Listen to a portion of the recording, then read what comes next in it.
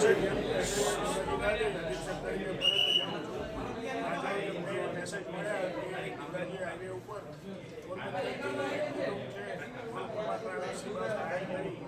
કરવા માટે જતા હતા અને 15 લોટરની સાથે થઈ ગયા હતા.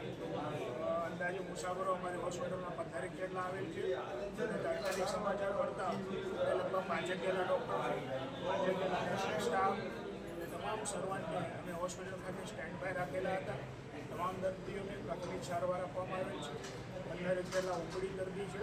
અમને જે સિરિયસ કેસ લાગ્યા એવા 3 કે 4 દર્દી છે એને જૂનાગઢ મેડિકલ કોલેજ ખાતે રિફર કરેલ છે. દવા સંપૂર્ણ અમારી હોસ્પિટલ તરફથી આપવામાં આવેલ છે. દરેક દર્દીને ટ્રાન્સપોર્ટેશન સુવિધા આપવામાં આવેલ છે.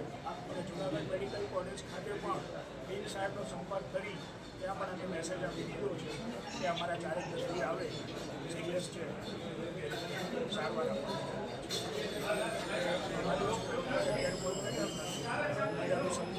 પોલીસ વિભાગનો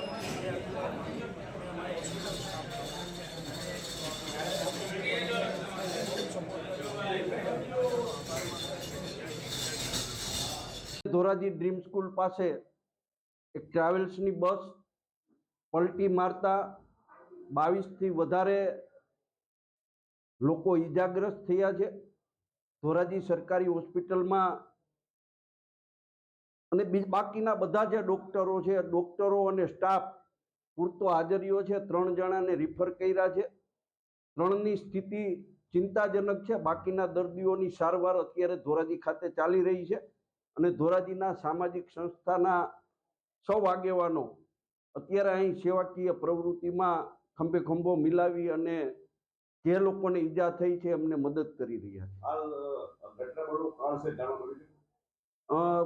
ટ્રાવેલ્સના માલિકે એવું કીધું કે બસની એક્સેલ ભાંગતા બસ પલટી મારી છે અને બસ વર્ધીમાં હતી. એટલે ફરેણી રોડ ઉપરનો જે સમાજ છે એ સમાજના લોકો એ બસની અંદર હતા અને બસ પલટી મારી છે. એને કારણે બધા ઈજાગ્રસ્ત થયા.